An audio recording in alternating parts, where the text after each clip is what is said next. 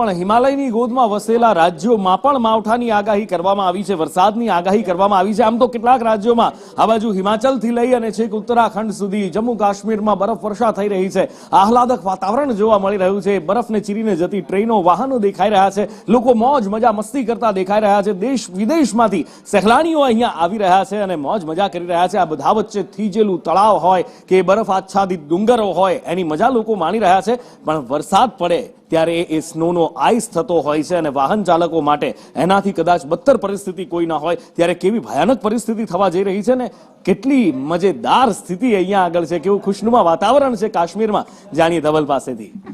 જીનુપુર ઉત્તર ભારતની વાત કરવામાં આવે તો બરફની ચાદર પહાડોએ ઓઢી લીધી હોય અને સફેદીનું કંઈક સામ્રાજ્ય આવ્યું હોય તેવું લાગી રહ્યું છે।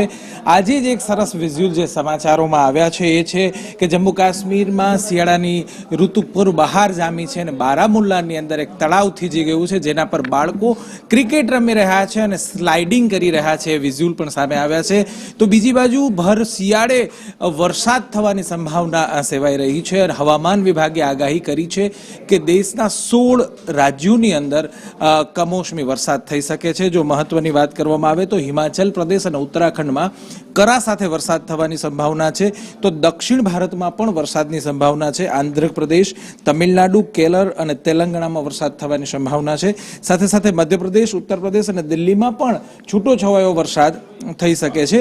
પંજાબ, રાજસ્થાન, ઉત્તર પ્રદેશમાં ધુમ્મસની પણ આગાહી કરવામાં આવી છે। જો કે દિલ્હીની અંદર વાતાવરણ ધુમ્મસ ભર્યું સવારે હતું જેને લઈને 18 થી વધારે જેટલી ટ્રેનો નિલંબિત પણ કરવામાં આવી હતી। જી, પહાડી રાજ્યોમાં આમ પણ જ્યારે સ્નોફોલ થતો હોય તો વરસાદ પડવો પણ એક સામાન્ય બાબત હોય છે અહીંયા, એના જ કારણે વાહન ચાલકો હેરાન પરેશાન થતા હોય છે, પણ બીજી બાજુ ખુશનુમા વાતાવરણ છે।